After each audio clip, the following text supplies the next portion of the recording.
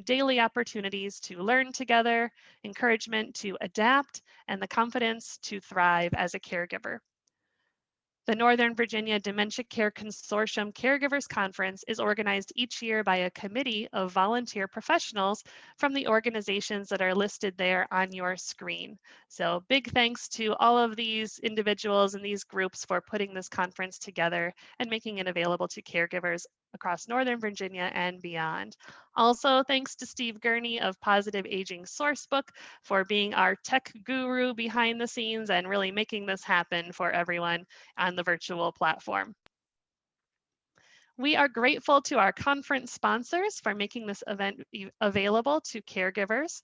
Today's conference sponsor is ACC Family, and now I'd like to invite in Jim Lindsey, president of ACC Family, to share a few words about this organization. Good morning, Jim. Good morning, Lindsay and everybody. Thank you so much for coming to this conference. It is a great time to be together. We love the conference. We've been sponsoring for over 10 years this conference, and we've been serving Northern Virginia for over 26 years. We're a home care company that helps you from everything from laundry and cooking and cleaning all the way up through bathing, toileting, ambulation, and etc. So we've been serving the Northern Virginia area as a home care company for a long time, almost 3 decades now. We want you to enjoy this conference. It's a maze sometimes to go through the whole aging process. And this conference gives you tools and tips that will help you go through this maze. And we also stand with the consortium to help you in any way we can. So have a great day today and have a fantastic time and ask tons of questions. Thanks for coming. Thank you so much, Jim and ACC Family, for being one of our conference sponsors. Now, a few housekeeping tips to address some frequently asked questions. Our conference is meeting every morning this week. We are on day 4, which means tomorrow is our last session. It is from 10 a.m. until noon. You will get reminders via Zoom for the sessions that you registered for. If you find that you're not getting the reminder that you need, it's possible that you may not have registered for that session, which just go on into nvdcc.com, register for any session that you're missing the link for, and it will automatically be sent to you. We are recording each session, and we can find the recordings at nvdcc.com. On the schedule page, they are posted by the end of the day each day. This is also where you can find the handouts for each day's presentations. nvdcc.com, again, on the schedule page, follow the link that's being dropped into the chat. And for those with us who are professional attendees wishing to apply for one continuing education unit, you must attend all conference sessions, and the CEU link will be available tomorrow at the end of the session. The cost will be $50 payable to George Mason University. And now I'd like to invite in my consortium colleague, Kathy, who was really key in coordinating our exhibitors for our virtual exhibit hall this year. Good morning, Kathy. Good morning. I just want to let you know that you can access our virtual exhibit hall 24/7 for the entire month of November. To find the exhibit hall, click on the link we're dropping into the chat right now. We encourage everyone to make their way around the virtual exhibit hall and explore the over 40 local resources that are available, ready and waiting to help you out. Okay, let's start today's session. Today, we're going to talk about caregiving at a glance, hints, tips, and ahas. There will be 3 panelists participating in today's session. Bridget Reynolds is a clinic coordinator and clinical trial nurse practitioner at Georgetown Memory Disorders Program. She is on the faculty at Georgetown University, where she specializes in evaluating and treating patients with memory problems, and is a research investigator conducting clinical trials of potential new treatments for Alzheimer's disease and related disorders. Carol Blackwell was a caregiver for her husband Bob for 12 years. He was diagnosed with younger onset Alzheimer's in 2006. Carol started the first Memory Café in Northern Virginia. She received the 2016 Trailblazer Award for Advocacy in Alzheimer's from the Sibley Senior Association. And in 2019, she received the Excellence in Memory Care Award from Insight Memory Care Center. Lindsey Vajpeyi is the Director of Education and Outreach at Insight Memory Care Center.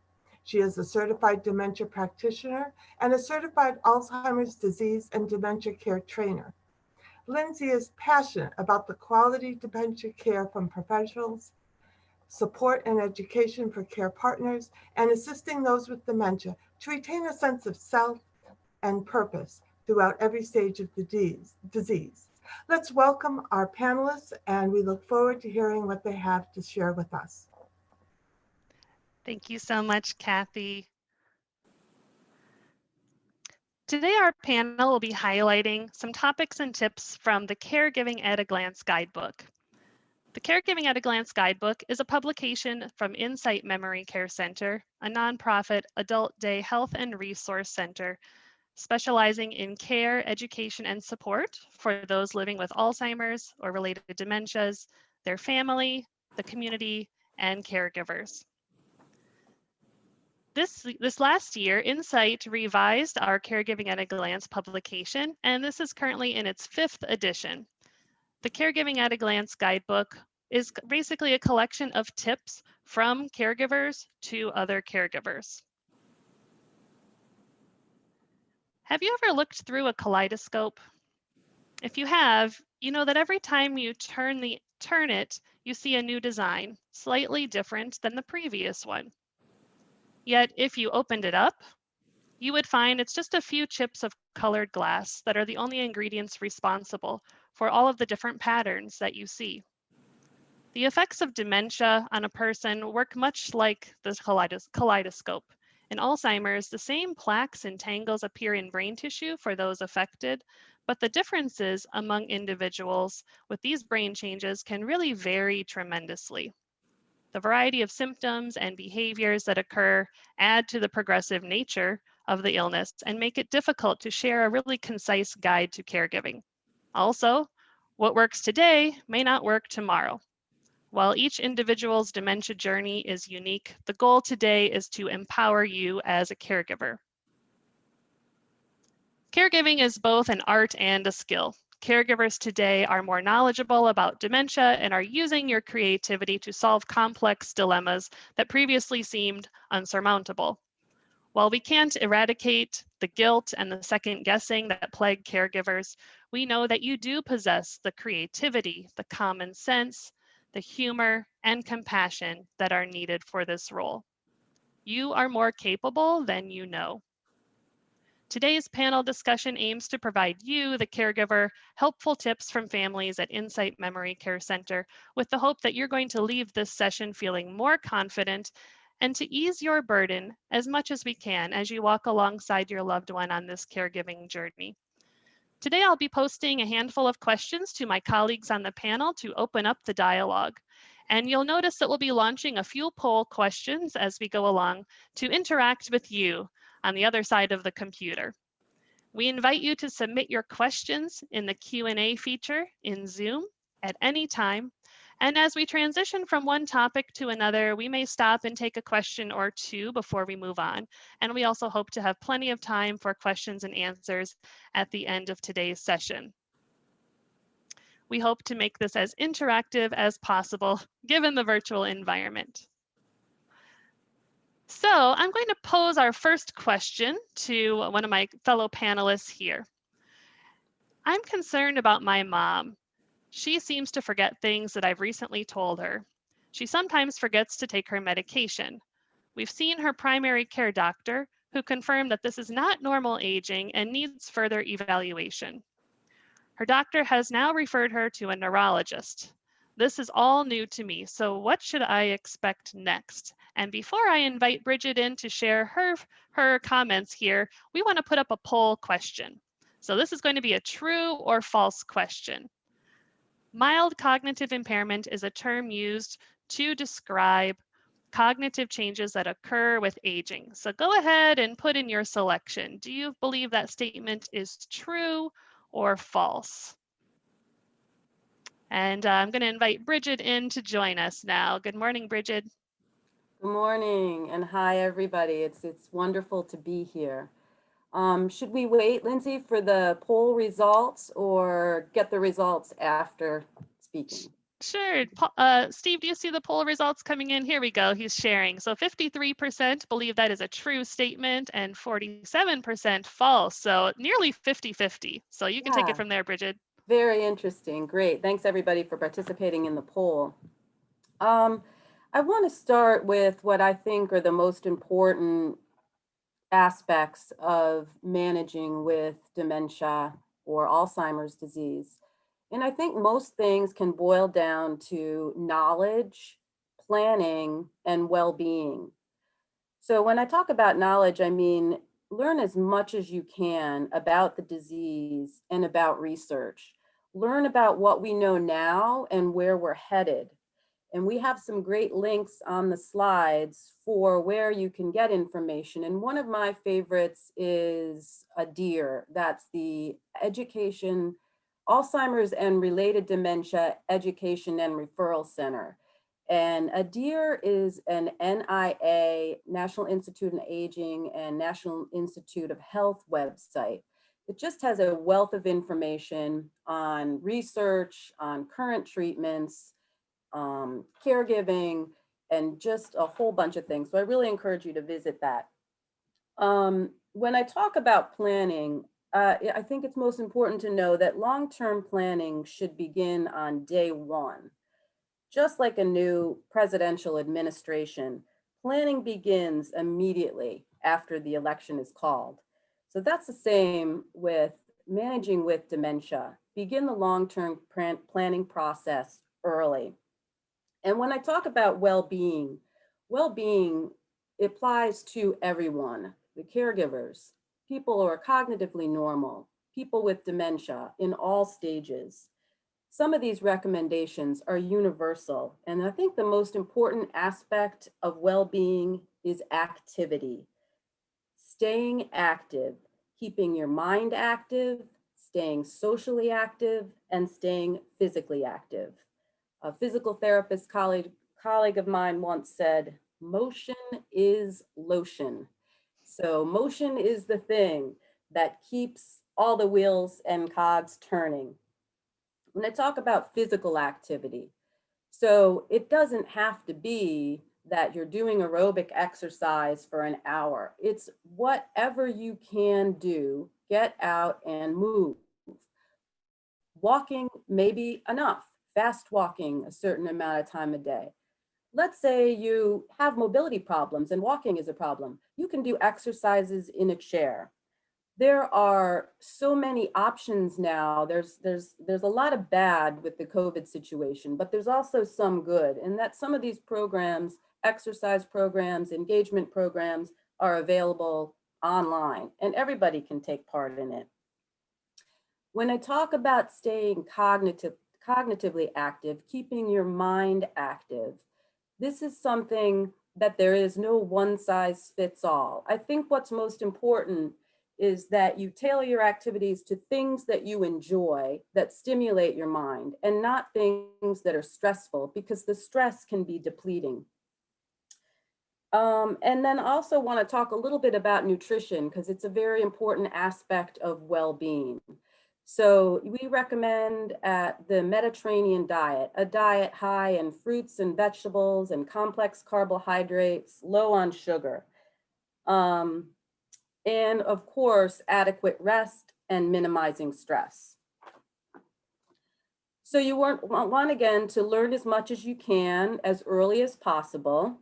The person in the scenario that Lindsey discussed had already been to see their primary care physician and was being referred to a neurologist. But one of the problems we unfortunately have is that many people are not seeking evaluation early enough. And so there are many, many people in the earliest stages who are undiagnosed, and the learning process, if you learn early, again, knowledge is power. So learning early and getting involved is very important. And a lot of I mentioned research. So some of the greatest advances in research of late have been directed towards prevention. We know that, at least in the case of Alzheimer's disease, the pathological changes begin to occur years before the onset of memory problems.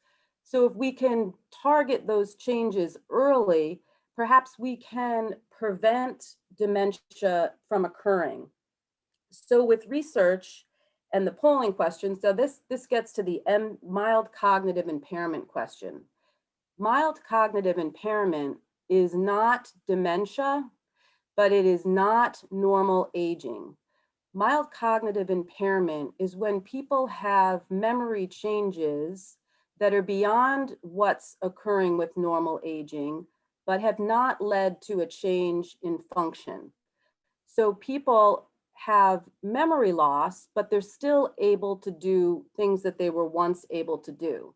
And the difference is with mild dementia, people, their memory or cognitive changes have led to a loss of function.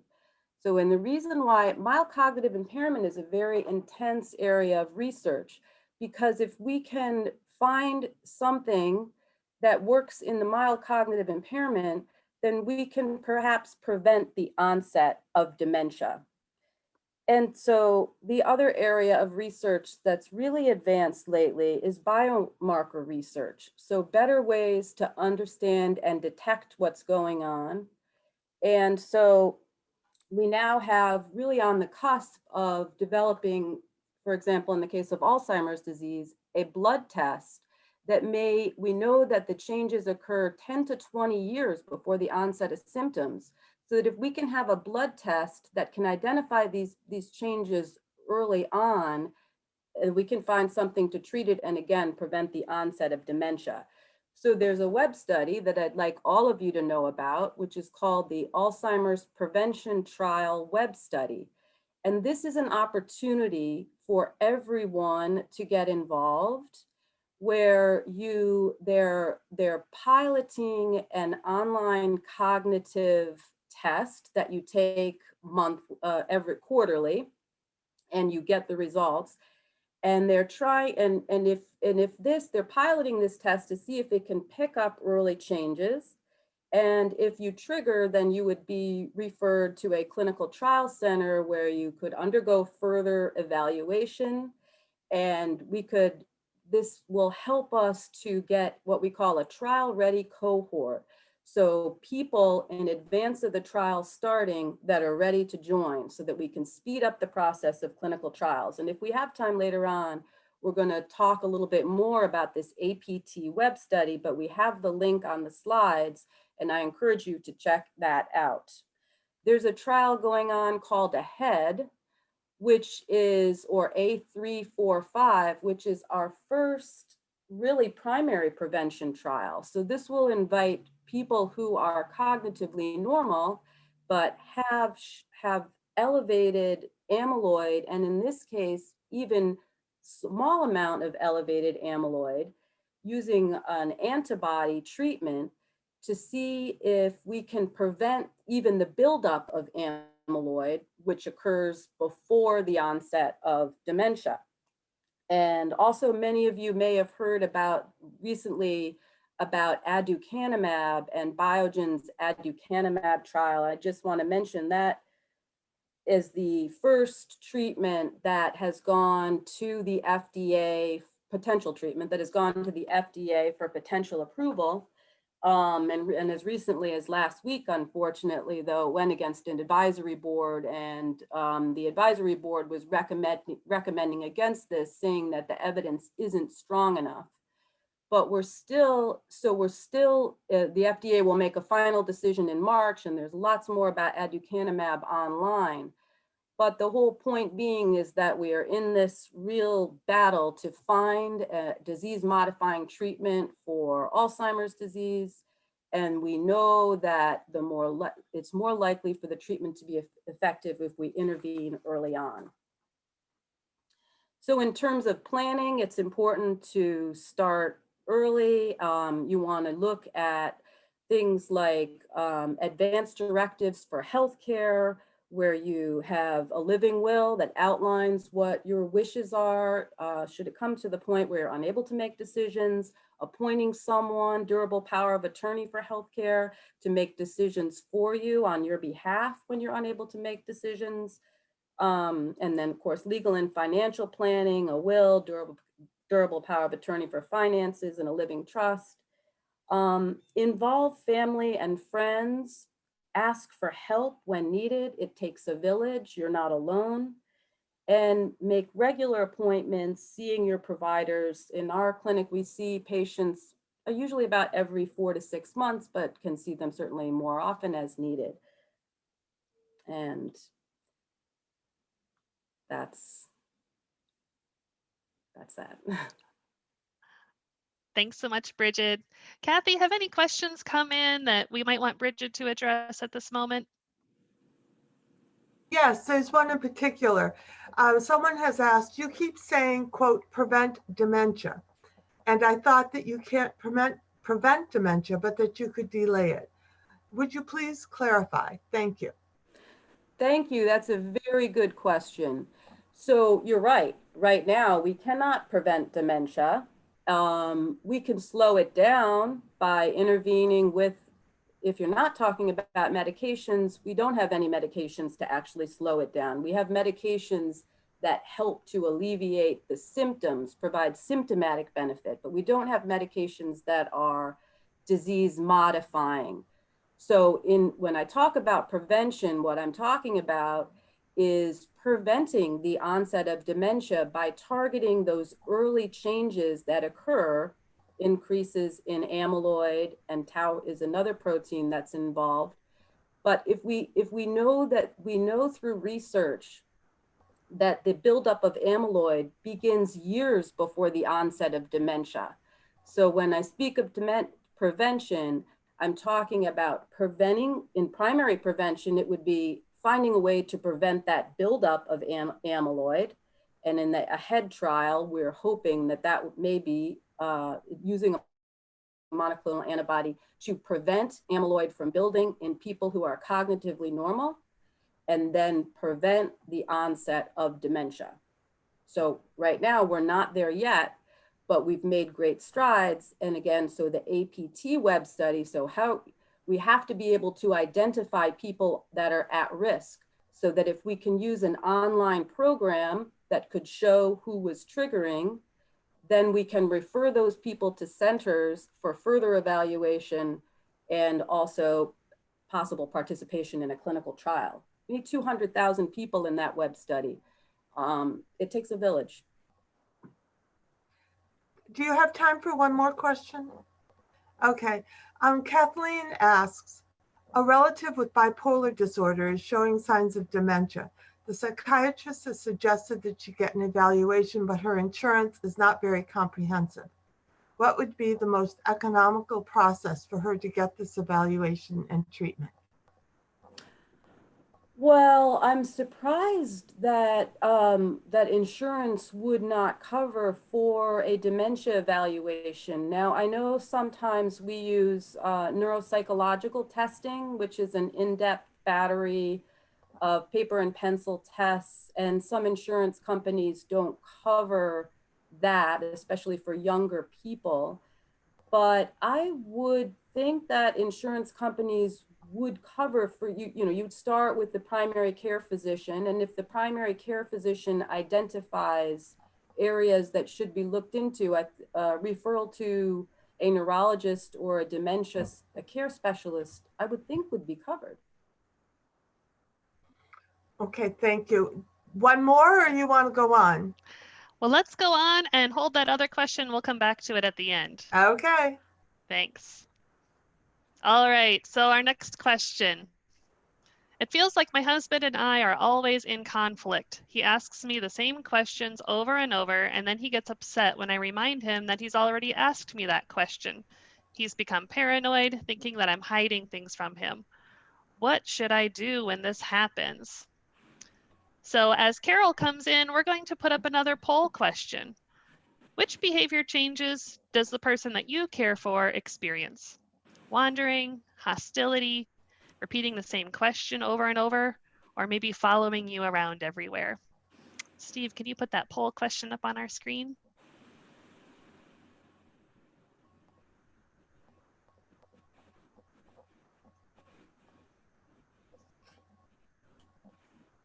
There we go.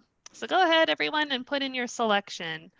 Which behavior changes does your loved one experience or the person you care for? And then Carol Blackwell will be addressing the question that was posed and also taking into consideration the responses from the poll to know really where to focus in on her remarks.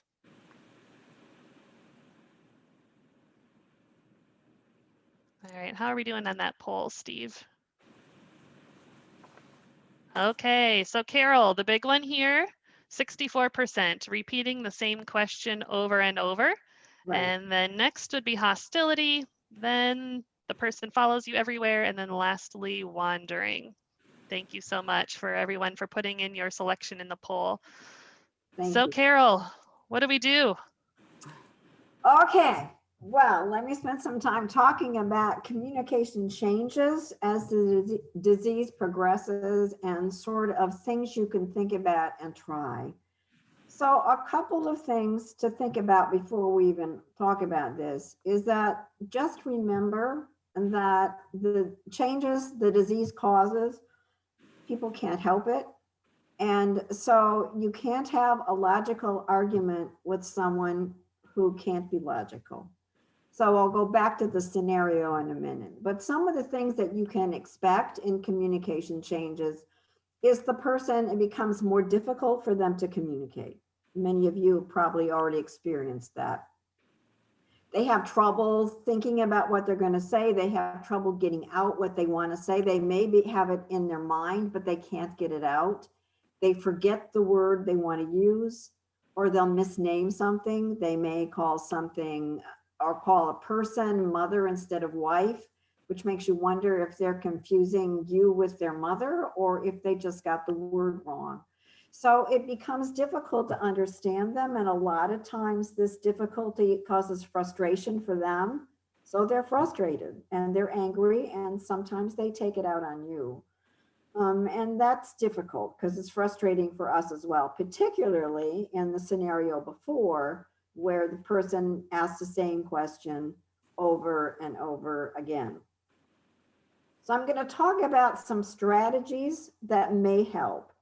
But the bottom line is we have to remember that our loved one is frustrated because of the disease. We can't solve every issue for them. There's no magic bullet that the loved one does this and we do that and it's all fine. You know, that's part of the disease. So one thing I ran into, and I've heard of a lot of people that have, is we tend to feel guilty. Okay, well, they got upset, so I shouldn't have said that. They got upset. I shouldn't do this. And guilt is the gift that keeps on giving. But the bottom line is partly it's a disease and there are things we can do that won't change it at all. But there are strategies we can employ that might help. So one of the things is when we're dealing with someone with dementia and they're agitated is to be sure that we are communicating calmness and that we try to stay calm even if we don't feel that way. Because our loved one might not necessarily understand the words we're using, but they will understand our nonverbals and our tone of voice. So even though it's difficult, try to keep your voice calm, try to look them in the eye.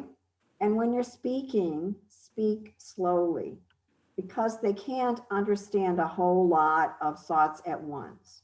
So give them one idea and speak slowly and then allow them to process it if they can. I know for me, if I'm asking someone a question and they give me a funny look, I think, okay, that's not the right question. So I ask two more. That's just confusing for them. Give them time to comprehend what you're going to say and then to answer. And to always try, at least try to keep a calm tone of voice. I know this isn't easy. I know it's frustrating, but it will really help you and help your loved one.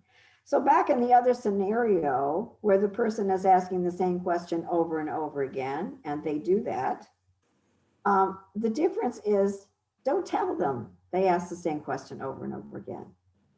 I know, I kept thinking if I kept telling my husband, you've already answered that question 15 times in the past hour, that he would stop. But he won't stop because he can't help it. He doesn't remember it.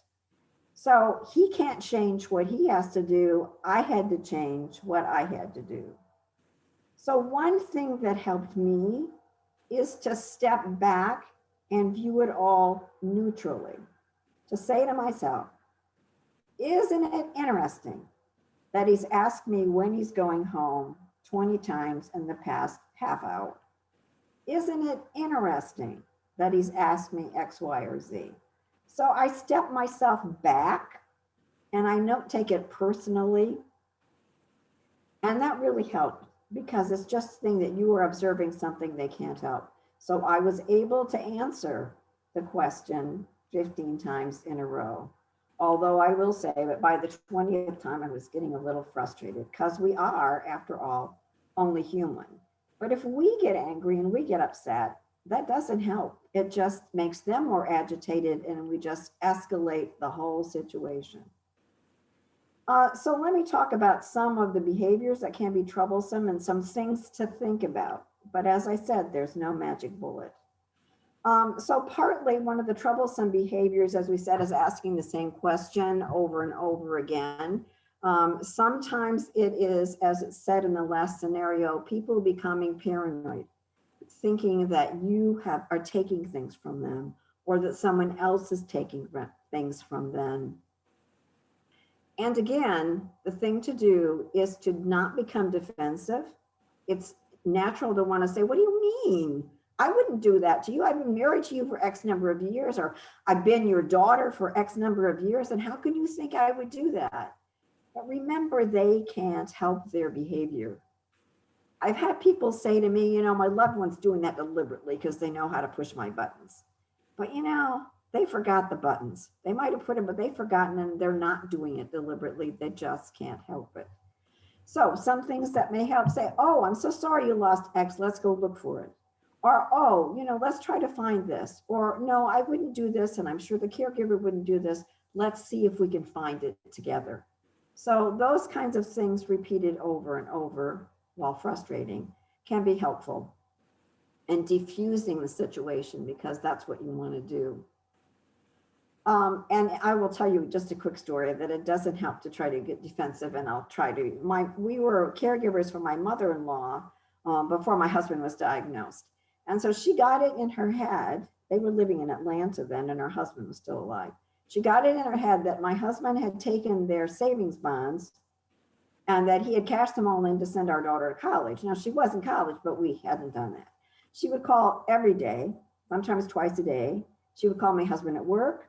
She would call me at work. She really had this in her head. So my husband got on a plane one Saturday morning, flew down to Atlanta, took her in a car to the bank, showed her the bonds were still there, flew back to DC. As he walked in the door, the phone was ringing and she was asking why he'd taken the bonds. So it doesn't help. It just helps to try to keep repeating it over and over again and to stay neutral if possible. And do remember that whatever stage they're in now, that stage will change. It may go to a more difficult stage, but whatever they're doing now will end and something else will happen. Part of the disease. Hostility and aggression, kind of getting into a difficult, dangerous thing in that way. You have to, if your loved one is starting to get hostile or aggressive, you really need to talk to the doctor. You really need to try to analyze, what happened that might have triggered it. Sometimes it's nothing, but sometimes it can be a lot of noise because that will bother the loved one. In one case, we had friends over for a dinner party, which I thought would be helpful, but my husband became very agitated thinking strangers were in the house and we had to leave. So you have to think about what kinds of things might be triggering it. You need to keep yourself, if they're very aggressive, in a place where you are safe, where you can leave. Sometimes if they're angry and sort of hostile, if you leave the room and then you come back later, they will have forgotten it. You also have to see where there's an exit. but you really need to talk to their doctor if they become hostile and aggressive, because I've had people say to me, my loved one would never hurt me.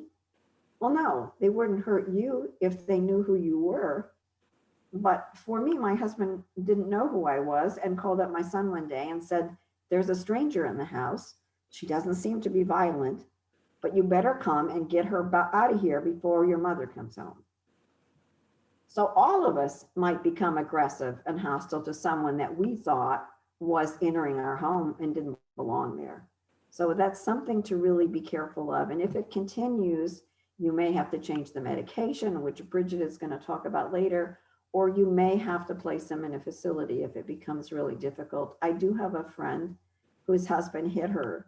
Gentle man, wonderful man, but he was protecting her from the man in the mirror, who was, of course, him. So be careful on these kinds of things. Not many of you have wanderings and issues, so I won't talk a whole lot about that, but I will say that it can become an issue, and things to think about are making sure your loved one is safe. So you might want to keep the door locked, keep the key around your neck. I know of some people that have put bells on the door so they'll know when it's open. My alarm system has one that when the door is open, it lets me know. You can also, if you think it become an issue, tell your neighbors that if they see your loved one outside wandering, to let you know if they're alone and you don't want them to be. Also, the Alzheimer's Association and other places have bracelets that if they get lost, you could identify it, or even GPS tracking things. I know of someone that had a tracking in their loved one's shoe, and so they knew where he or she was at that time. So wandering can become an issue, and if people say it's not an issue, it might be. So something to think about along those lines. And as I said, at one point, Bridget's going to talk about medications. So I'm wondering if people have questions or what they want to do at this point. Kathy, you have any questions come in that we should have Carol address at this moment? We do.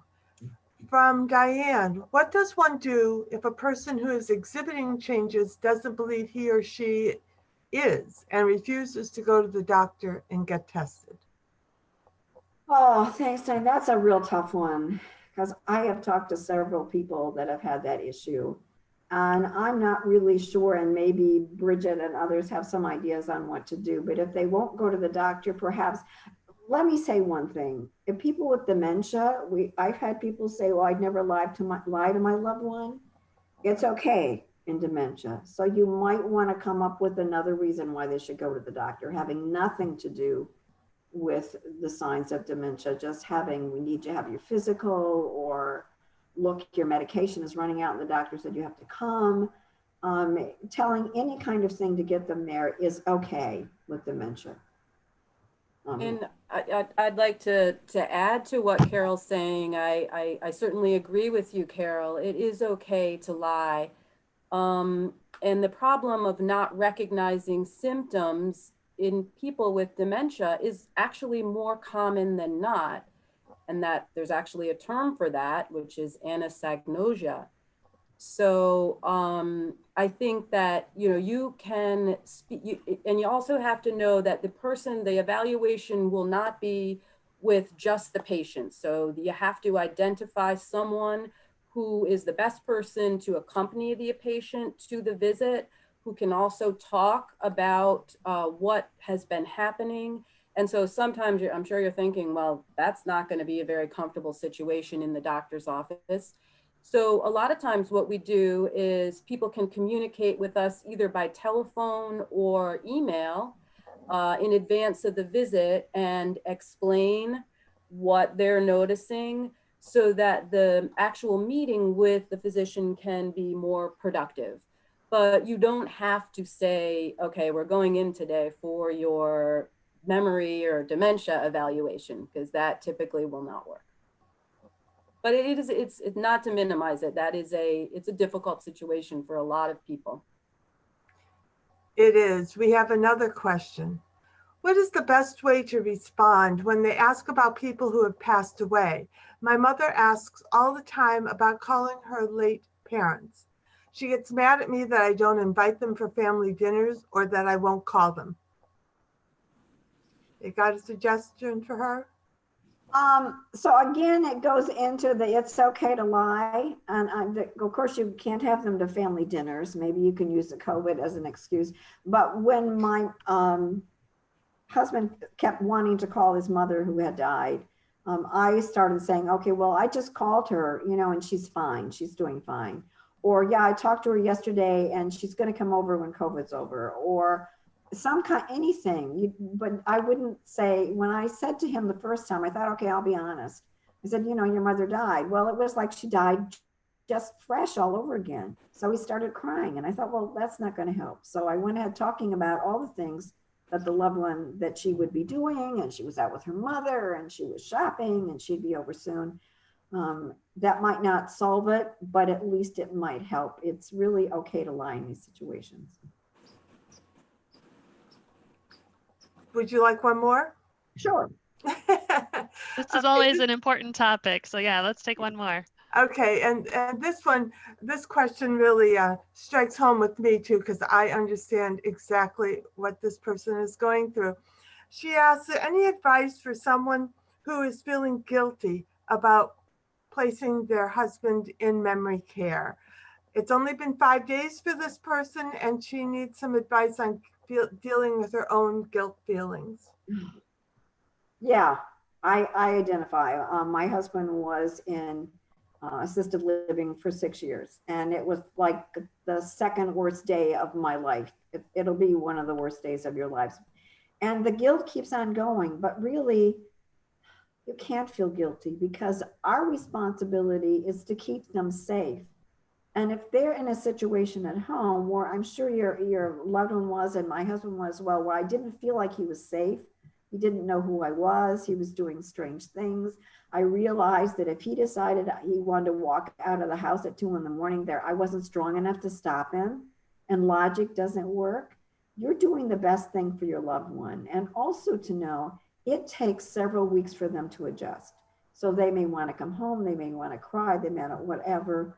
That's normal, but it's okay. You're doing what you can to keep them safe, and they will adjust and they'll end up enjoying it. And so, yeah, I know the guilt, as I said, the gift that keeps on giving, but you're doing what's right for them. And I know we feel like, oh, well, I failed, because if I were a truly good person, I wouldn't have to do this, but you do. You just do. But it's hard. So you have my sympathy, but it will change. And my husband didn't know who I was at home, but when he came in the assisted living, he did know who I was, and we had some lovely conversations. So in there, it takes a while to adjust, and do not feel guilty.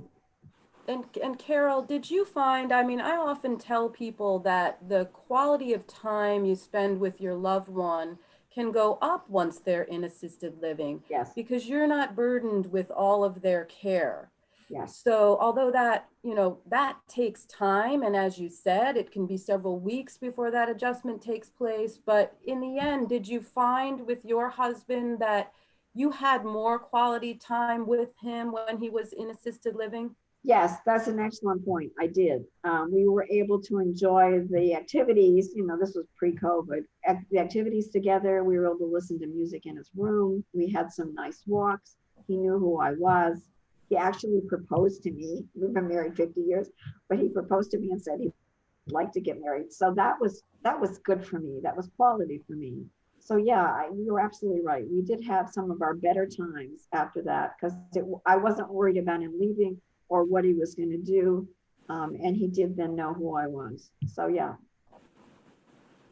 You really got to be a spouse again, rather than focusing on the 24/7 caregiving responsibilities. Yes, there were definitely benefits. And he loved the other people, and he loved the activities that they did, and the singing and the music. So it was a better place for him. And I think I would just add here, for the person who wrote in that question, again, as Carol is sharing, I mean, these feelings that you're experiencing are very normal, but it might also be helpful to get connected to others who've been through these same kinds of situations, others whose loved ones are in that assisted living, to be able to just talk openly about how you're feeling and learn from others. How did they cope during these really hard times? Yeah, that's right. Our assisted living became like a family, and the spouses would go for lunches on Saturday. So yeah, if you can get well, there's support groups there, but there also can be family councils going. Then you can communicate with each other, and then you all talk about how guilty you feel, but how it's better for them. Thanks so much, Carol. And everyone, continue sending the questions in. We will address more of those a bit later on. So on to the next question. My partner's been making some questionable decisions lately. There are unexplained scrapes on the side of her car. There are times when she leaves the house for many hours, and when she comes home, she can't tell me where she's been. I'm concerned about her safety, but she thinks she's fine. What should I do? So let's put up our third poll question here. True or false? The American Academy of Neurology has recommended that people with dementia should not drive under any circumstances. So Steve's going to launch that poll. Go ahead and put in your selection. Do you think that's a true statement or not? So let's give it a few seconds for those votes to come in. And then when we move on to the next slide, then Brigid can address some of these safety concerns. Oh, another one that's almost 50-50, Bridget. You're putting up some good thought-provoking questions here. Yes. 52% of you think that's true. The person with dementia should not drive under any circumstances. 48% believe that is false. All right. Well, good Yes. topic for discussion then. Yes, very interesting. I actually really hate this topic. It's one of the hardest things to do, is tell someone that they have to give up the keys. So the answer to the poll question, the American Academy of Neurology put out a statement. Now, again, this was back in 2010, but still relevant today. They haven't updated it. Some people with dementia can still drive safely, but eventually nearly all people will need to give up the keys. It's really estimated that as many as up to 76% of people in the mild stages of dementia are still okay to drive. And believe it or not, some of the best people to evaluate that are you, the caregivers. The American Academy of Neurology suggests that caregivers and family play a large role in this. But again, it takes a village. You also really need to speak with your doctor. And they recommended that doctors use a tool which is called the CDR, or the Clinical Dementia Rating Scale. And so the CDR is a global assessment looking at not just memory and thinking, but memory and thinking and judgment and orientation and community affairs and activities of daily living, or what the people are able to do to care for yourself. And it rates along all these domains, taking from cognitively normal to mild cognitive impairment to mild Alzheimer's, moderate, all the way down to severe Alzheimer's. So doctors can't just use one assessment to help make the decision about driving. It's a comprehensive assessment. Some of the things to look for as the caregiver or family member: are there new dents and scratches? I always ask at an evaluation, if the person is driving, have they been involved in accidents recently? Have they been receiving tickets for traffic violations? Take note if it's taking a long time even to do simple errands. Could that mean that the person is disoriented or has gotten lost? Again, have they received tickets? Have friends and neighbors noticed changes or commented? I mean, they see the people driving in and out of the driveway around the neighborhood. Is the person making speeding or not following the speed guidelines, maybe driving too slowly, or making sudden lane changes? So all of these things can be hints that maybe it's time to have a driving evaluation. Laws vary by state, so you need to be informed. There's no one size fits all across the country about whether or not people should be driving. So I want to speak to some other aspects of home safety. So I think the most important thing about home safety is keeping it lit, keeping it clear, and keeping things in reach. And it's also very important to remember that home safety changes as dementia stage progresses. But consider adding lamps, night lights, keep the blinds open. A lot of times in the more advanced stages of Alzheimer's, or sometimes even early on, people can have problems with sundowning. So it can be helpful to keep things as lit as possible, keep pathways clear, keep objects in reach, avoid stools, avoid throw rugs. On the stairways, make sure there's a handrail that begins before the first step and ends after the last step, at least one. Installing smoke alarms and carbon monoxide detectors. Carol talked about locks. It's good to have locks on the windows and doors, and many alarm systems will trigger if a window or door is open. We talked a little bit about potential for wandering. And so particularly as dementia progresses, wandering can be a big problem. Earlier on, sometimes cell phones can be helpful because you can track and find the person, but then as the disease progresses, people would forget to bring their cell phone or would lose their cell phone. There are GPS devices out there that can be used. And I think most importantly, would be belonging to a registry such as the Alzheimer's Association Safe Return Program, where you wear a bracelet that can link you back to a caregiver, because as the disease progresses, you may not be able to, even if you do know your address when you're in a stressful situation, not be able to state your address to get home safely. And I also wanted to talk a little bit about travel. So we often get questions about whether it's okay to travel. And this too changes as the disease progresses. We talked about the importance of stimulation and activity, which travel can provide, very important stimulation and activity. But it's a balance between that and the need for a routine and a structured environment, which also is very helpful in dementia. So I think it's important to speak with your doctor about travel plans and sort of together come up with a plan about what's reasonable. Certainly not flying alone and having someone accompany you. Whether or not on occasion it may be okay to administer a medication to help with anxiety, but typically not as a new thing right when you're about to travel. And to just always be aware of things like time changes and environmental. When you're traveling, sort of try to keep the environment as routine as possible, especially in the more advanced stages of dementia. So Bridget, can I mention something on traveling?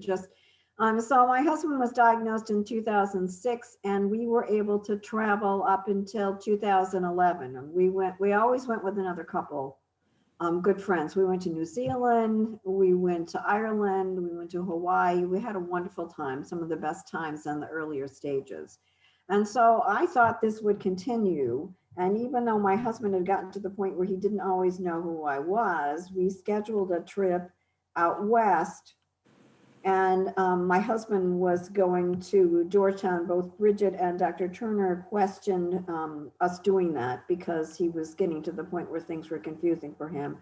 But I thought since we would be with friends, it would be okay. So we flew out to Yellowstone with friends, but we were traveling every night, and we got to a hotel where we had to go down to the hall to use the restroom. It was one of the older ones. My husband got very disoriented, got very upset, did not know who I was. And at 2 a.m, I'm standing in front of the door where it says, "Do not go out, there are wild animals out there." And he's knocking on people's doors saying that someone's trying to keep him prisoner, and our friends had to come down, and the wonderful ranger came down, and we had to fly home the next morning. So my thing is that it can be fine until it isn't. Just listen to your doctor and take their advice, because otherwise it can be just so difficult. So thanks for mentioning that, Bridget. Okay, yes, and thanks for sharing that, Carol. And so I just want to speak a little bit about medications. I think one of the big concerns is polypharmacy. So where people are seeing multiple providers and prescribed a variety of medications, and there's not, unfortunately, enough communication between providers. So very important to maintain a list of medications that your loved one is taking and share that list with your physicians. Supervision of medication administration is generally important early on, but to a lesser degree. But even with the mildest memory problems, it's easy to forget whether or not you've taken your medications. So a lot of times people find it helpful to use a pill box where together you put the pills in the pill box for a week, and then you can do a daily reminder. But if you can just flip up on the Monday and see that the Monday isn't there, then you know the medication has been taken. Now, on the flip side, some people, especially in the mildest stages, have a system worked out and they don't want to lose control. And there it becomes important just to supervise it, check the medications and cross-reference the medications to the list, and so on.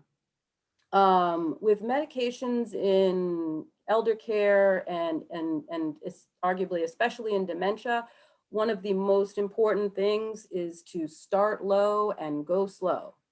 So if you have providers that are talking about making multiple medication changes at a time, you might want to question that, because you typically want to only, I mean, there are some circumstances, of course, where more than one change is needed.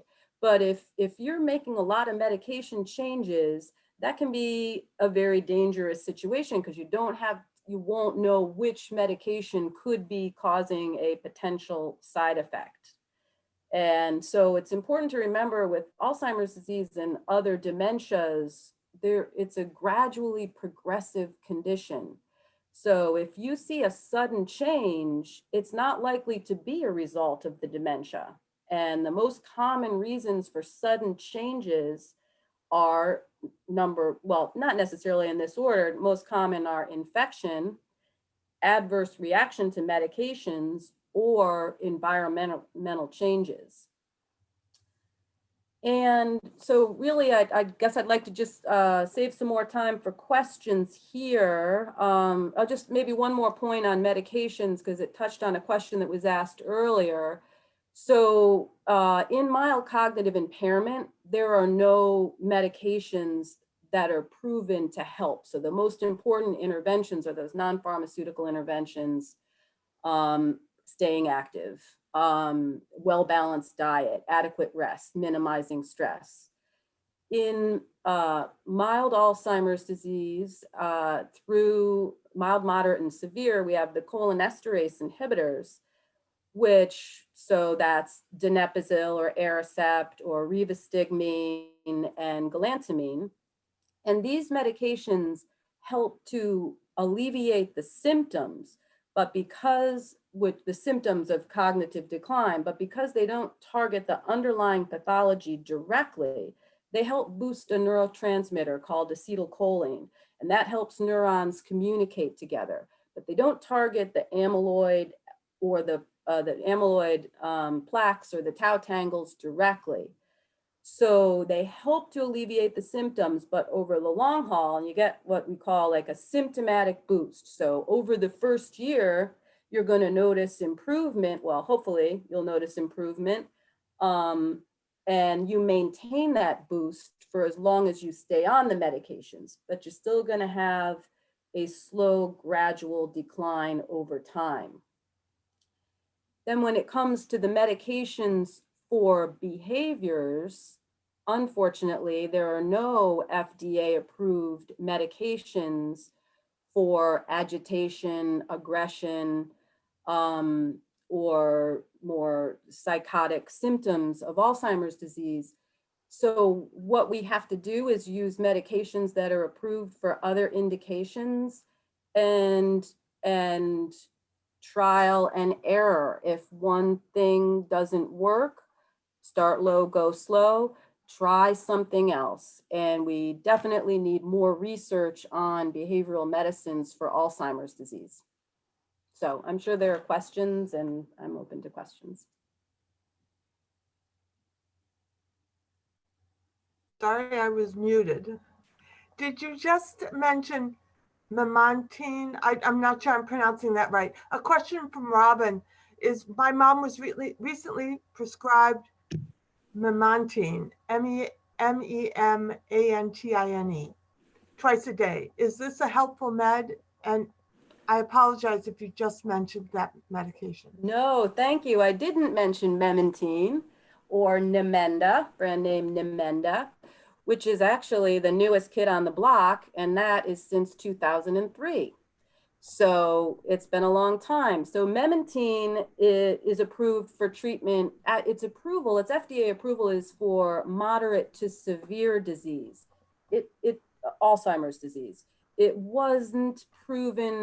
hasn't been proven effective certainly in MCI or in the milder stages of Alzheimer's disease.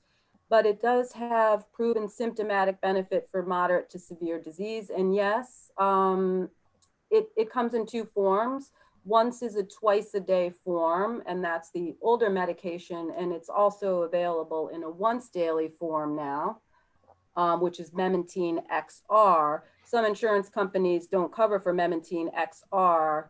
And so people, it's fine to take the twice a day. It's just that for some people, it's more convenient to take it once a day, pending the cost. All of the medications, so the cholinesterase inhibitors, Aricept, donepezil, and Aricept, Razidine, and rivastigmine, provide symptomatic benefit through all three stages of Alzheimer's disease, not in MCI, and then memantine in moderate to severe disease. There's also a combination pill called Namzaric, which combines memantine and donepezil.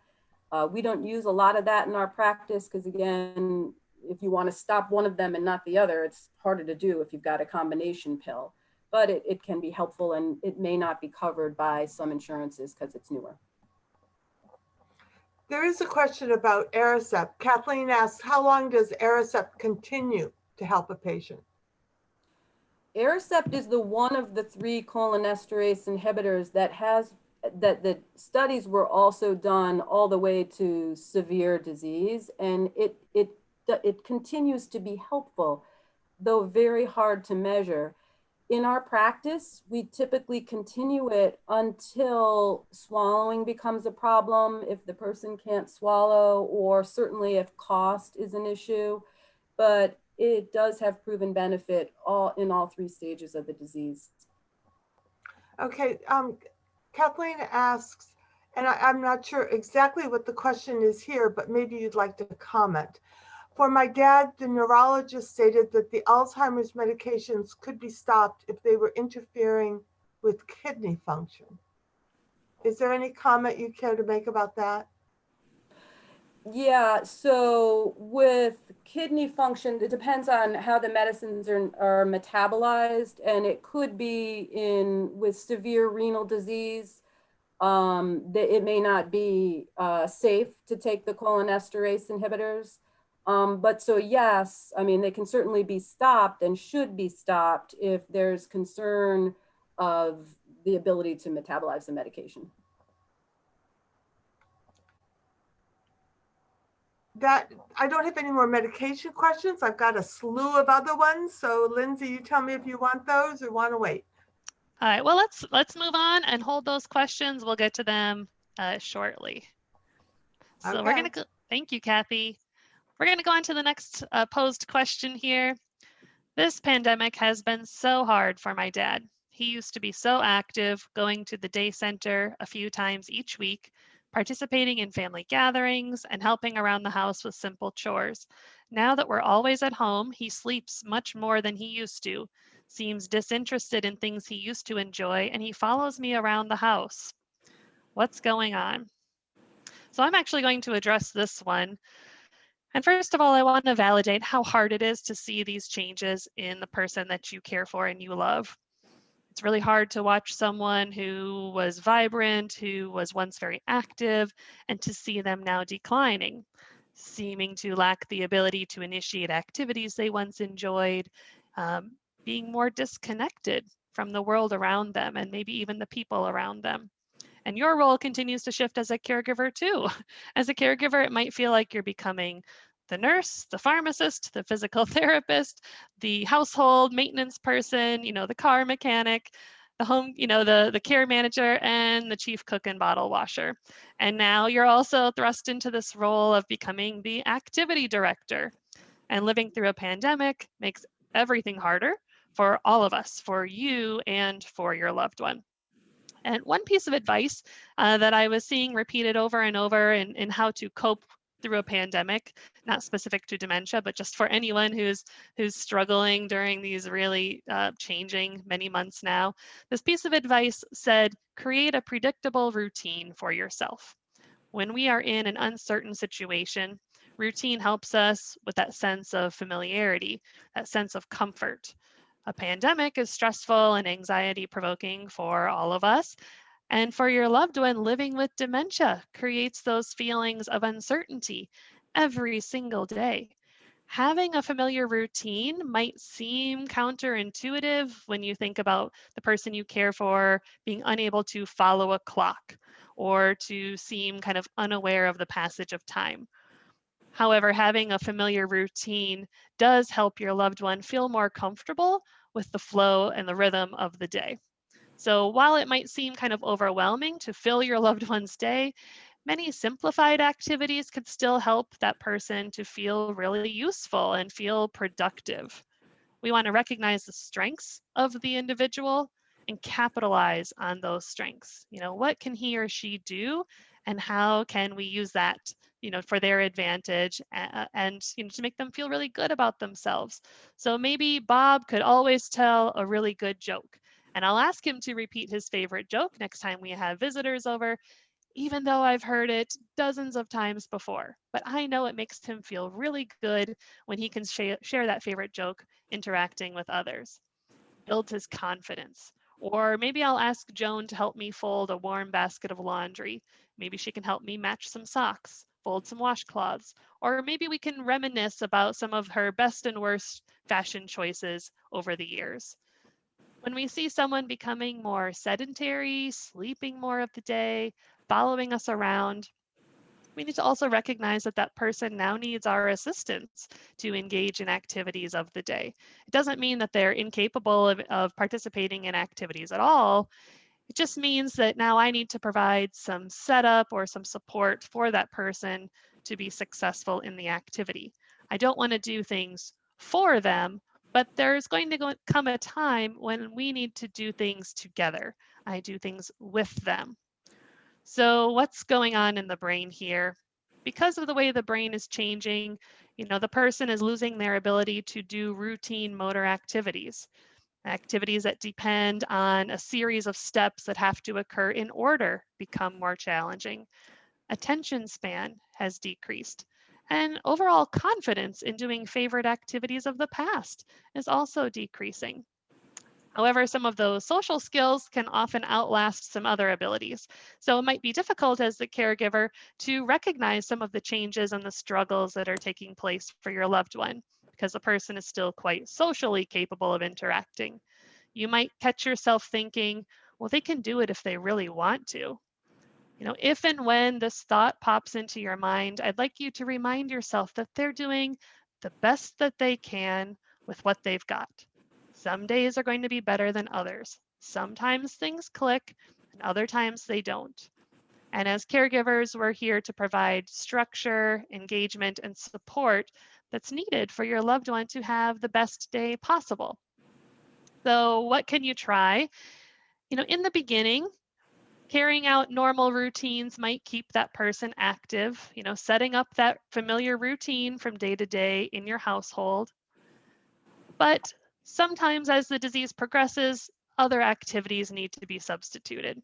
The activity will need to be adjusted over time depending on that person's abilities.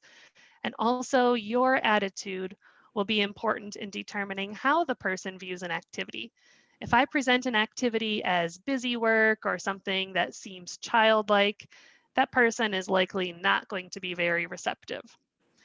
So some ideas for different activities. If we think about cognitive activities, this would include things like jigsaw puzzles, and maybe depending on that person's abilities, depending on the stage, someone who used to do a 500-piece jigsaw puzzle, maybe it's a 100-piece, maybe it's a 24-piece, maybe it's a 6-piece, right?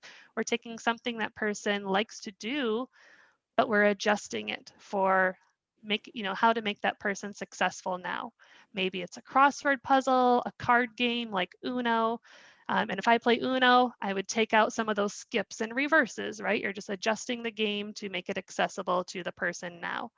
We might look through the newspaper or a magazine together, maybe write some cards or letters to send in the mail to friends and family.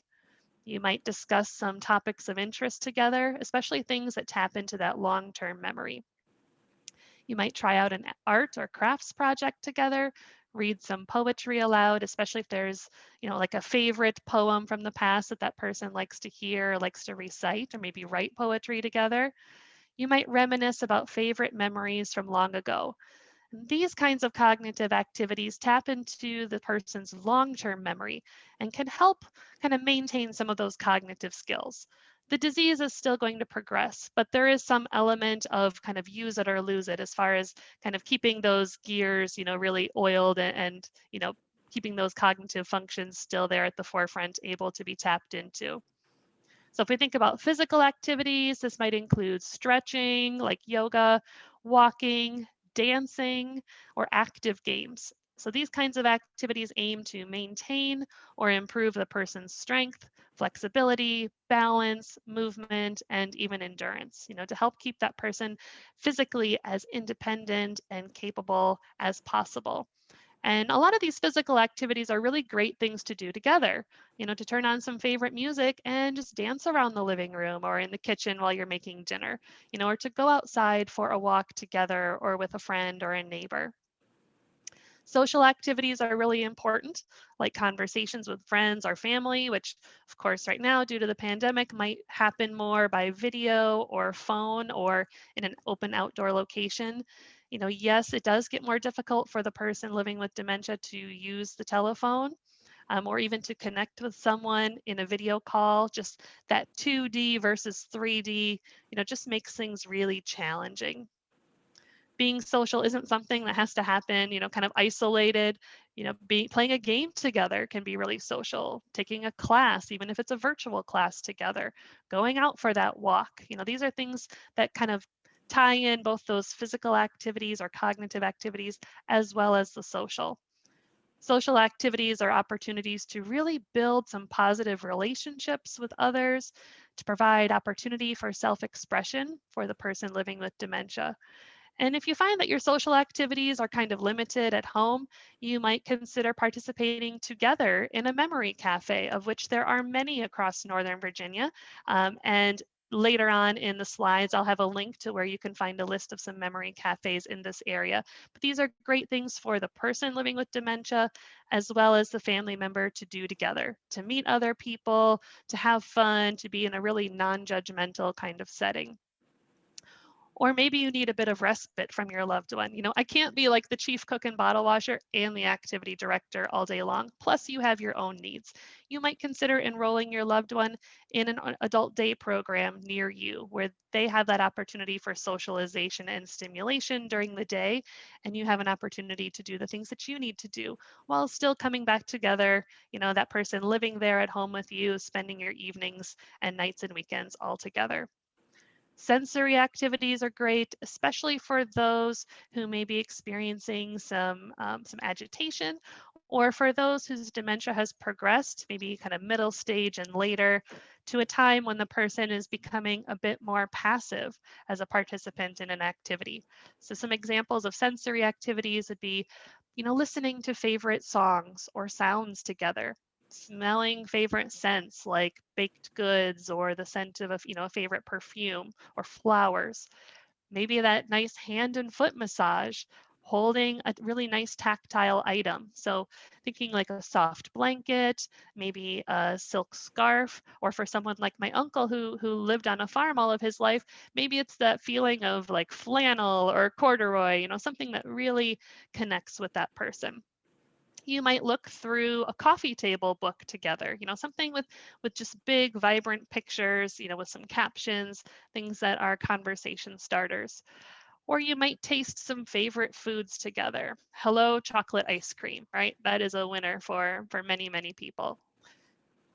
Spiritual activities can also be really comforting. Maybe singing, some familiar spiritual songs like favorite hymns, saying familiar prayers or meditations, doing Tai Chi, participating in your faith community services virtually. Maybe it's looking at art or being outside in nature, with the sun shining on me. Spiritual activities may or may not be religious. Just think about what brings your loved one that sense of comfort, healing, connection, and peace. And as far as household tasks, think about how you can break down tasks that your loved one is used to doing, likes to do, but how can I break them down into, maybe a few simple steps? And then we want to give just one step at a time. So for example, if my loved one is going to help me set the dining room table for dinner, I might give them, the plates to go set on the table. When that's finished, then I might hand the spoons, right? And when that's finished, then I might hand the napkins, right? One piece at a time. Things that are repetitive often go well. So that could be things like, folding laundry, folding, especially small things like washcloths or hand towels. Maybe it's things like right now with our fall weather, outside raking, something that's really repetitive. And we have to remember that the goal is not that the project is going to be perfectly completed. In fact, I can almost guarantee that the final result is not going to live up to the standard that you are used to. But the goal here is for the person to be engaged in something that makes them feel useful. So we want to look for every opportunity to thank that person for their help, even if we know that we might have to redo that task later, right? How can we discreetly go in and readjust the distribution of the spoons and forks at the dining room table without making any kind of show about it? We want to look for every moment that we can to give that self-esteem boost to the person, to project optimism, to provide positive reinforcement throughout the day. Remember, more good moments add up to a better day for everyone, for your loved one, but also for you. So to quote one of the family caregivers that I've gotten to know so well, let's keep looking for the little joys so we can be happier more often. So I challenge you, not only look for little joys, but how can you help create more joy throughout the day? So now, Kathy, I'm wondering, do we have any questions that have come in about activities or routines?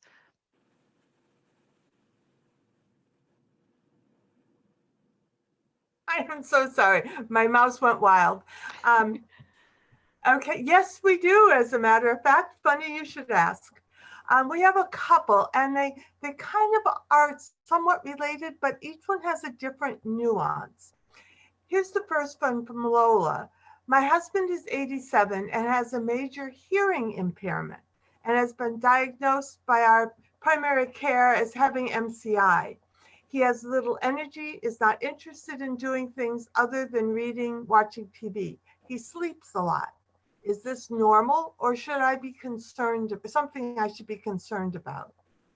So sleeping more than the person had before is normal. I mean, just think about the brain has to work so much harder to get through even normal daily tasks, conversations with family members, showering. I mean, every cognitive function is just taking more mental energy. So sleeping more is common, but sometimes sleeping is like the escape for not doing other things. When it's hard for that person to initiate things they used to do, or for Lola's husband who's living with a hearing impairment, he may not be able to participate in some of the things that he previously enjoyed.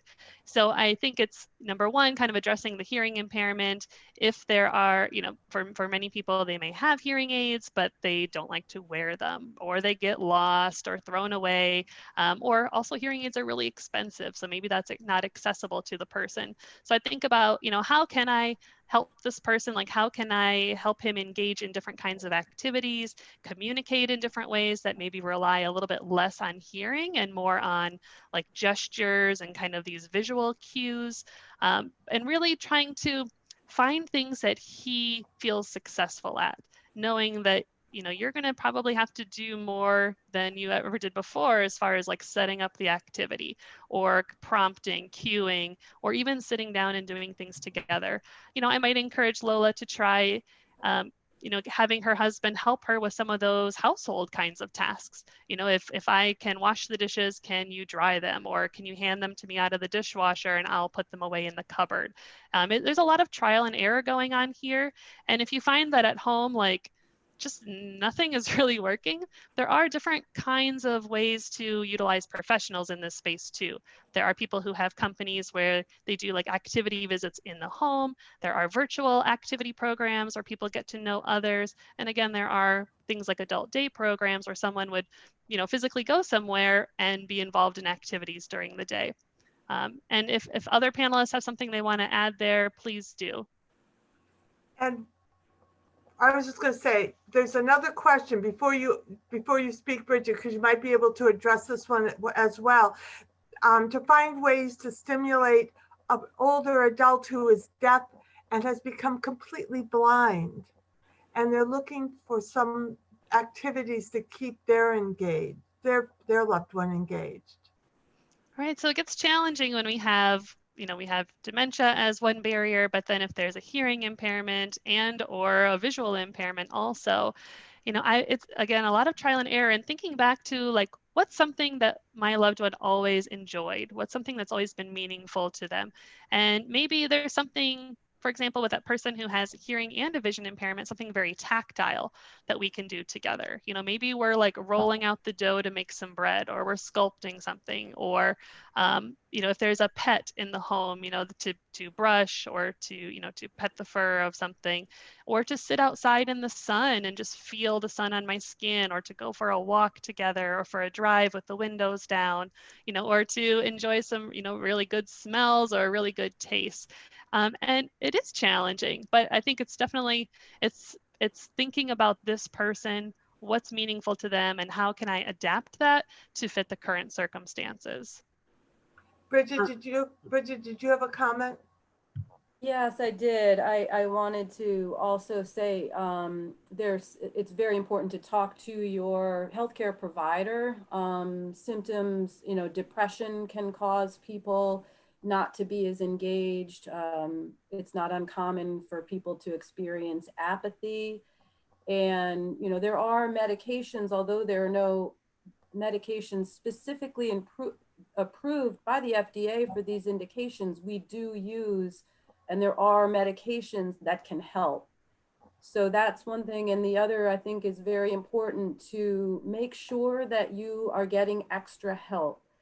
Oftentimes people may have the opportunity to work with a care manager or a case manager, or hire a companion that could, spend more direct one-on-one time with an individual who has very specific needs.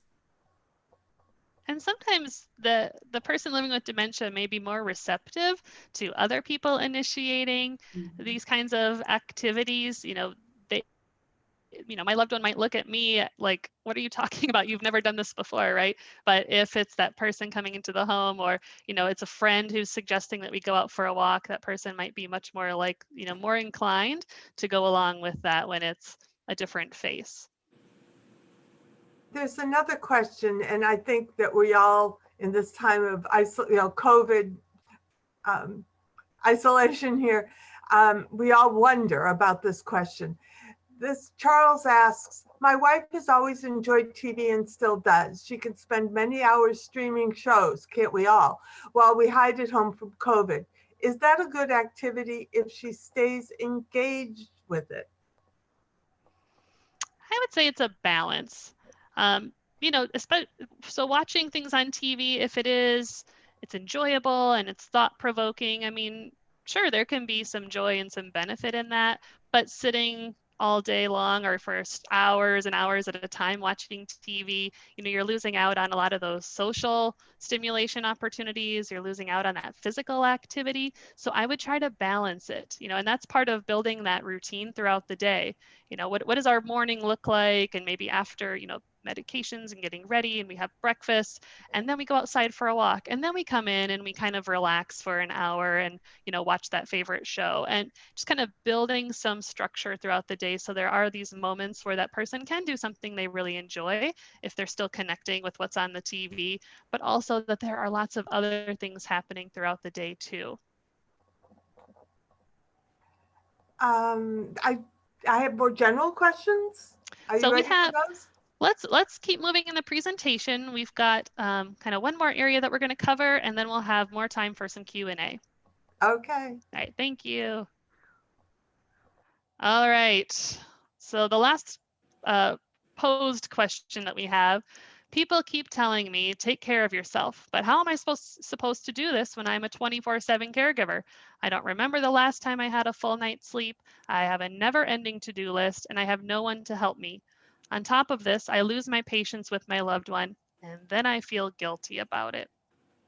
So Carol, any words of wisdom here?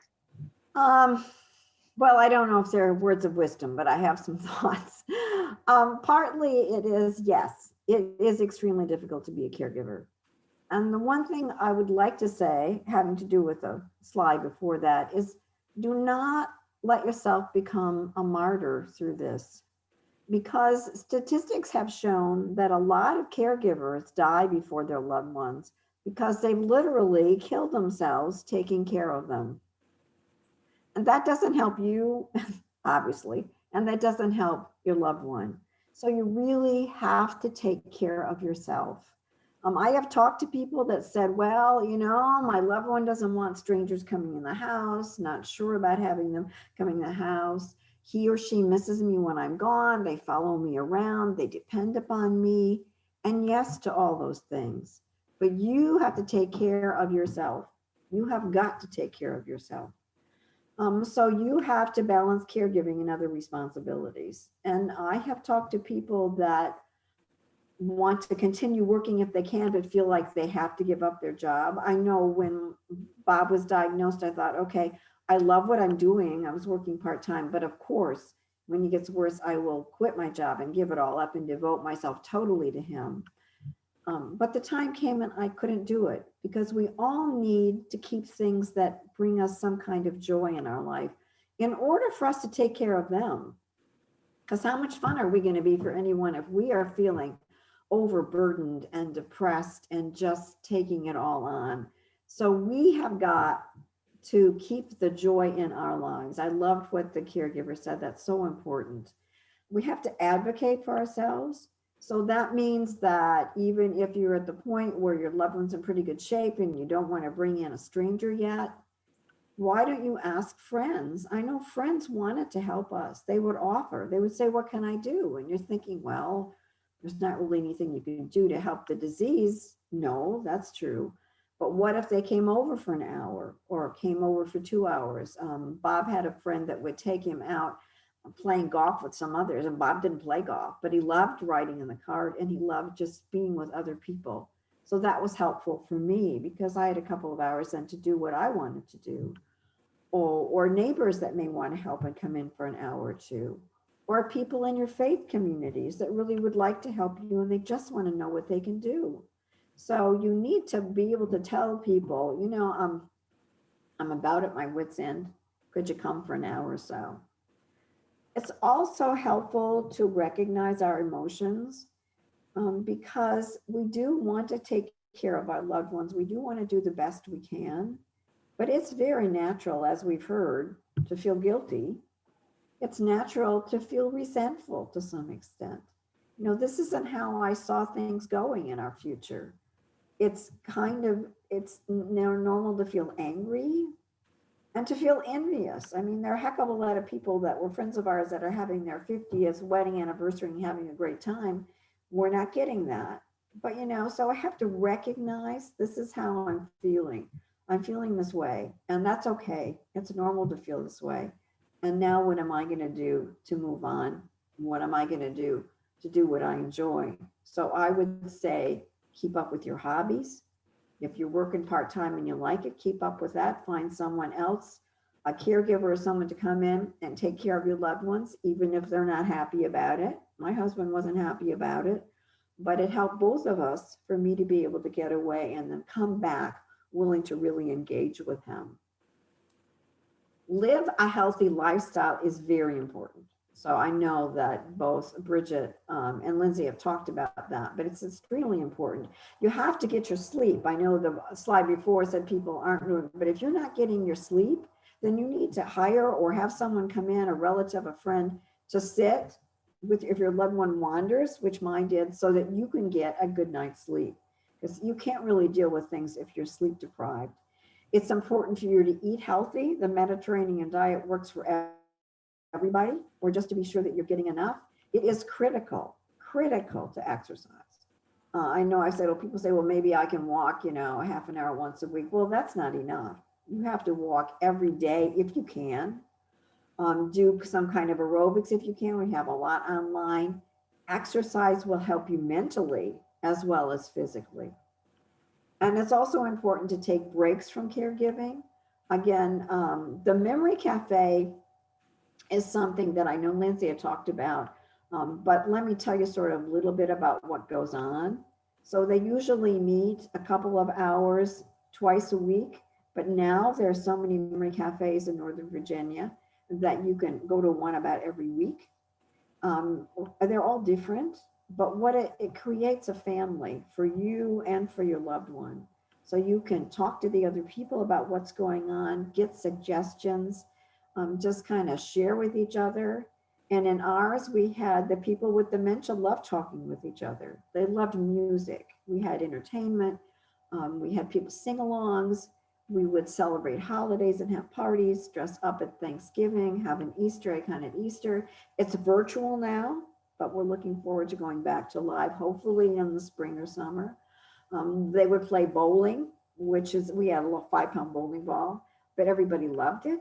They laughed together, which is really important. So I would really recommend a memory. It doesn't give you a break in the sense that you're still with your loved one, but you're having fun. You're enjoying it and talking to other people. Again, the Inside, I can't say enough wonderful things about Inside or other places where they have daycare are helpful, gives a break for you and your loved one has activities. Sometimes some of the assisted livings have a respite care where you can leave your loved one for maybe 2 weeks or so and go off on a much needed break or a vacation, and you don't need to worry about them being safe.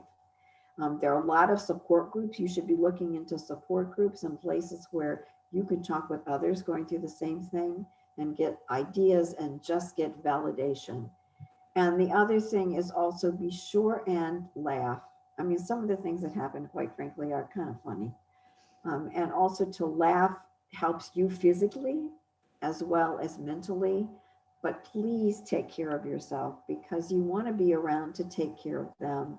And you want it to be as enjoyable as possible for both of you.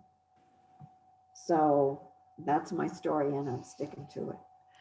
If I can add, Carol, about the taking care of yourself, especially as a spouse caregiver.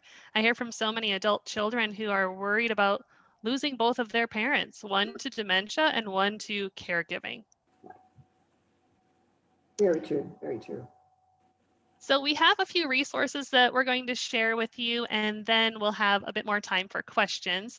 Steve, are you able to play, maybe Bridget, you can tee it up, but Steve, are you able to play this APT web study video for us? Yeah, so I mentioned the APT web study. Again, we're really excited about it because it is an opportunity for everybody to get involved So anybody can sign up who's without memory problems over the age of 50 and or with mild cognitive impairment, or you can have subjective concerns about your memory. So this is the web study homepage. So it's just aptwebstudy.org. And we wanted to just play a quick video that sort of explains the process.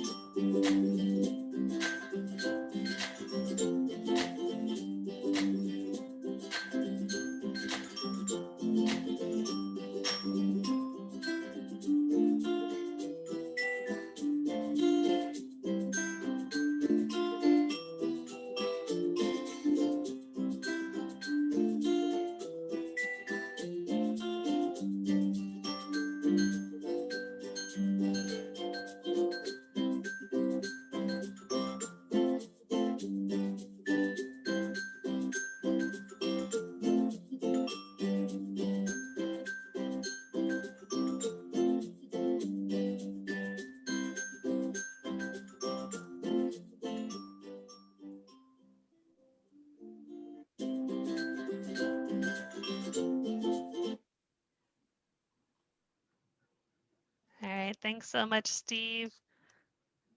And earlier, Bridget had mentioned the Alzheimer's Disease Education and Referral Center. So we've got that link here on the screen for you, or a quick internet search, you'll be able to find that pretty readily.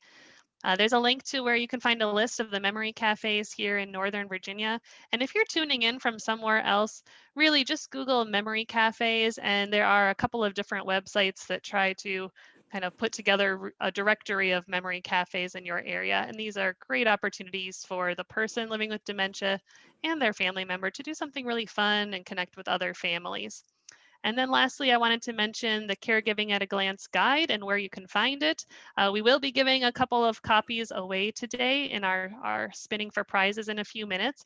But also, if you are in Northern Virginia, you can pick up a free copy if you're a family caregiver from Insight Memory Care Center, which is in Fairfax, in the Fair Oaks area.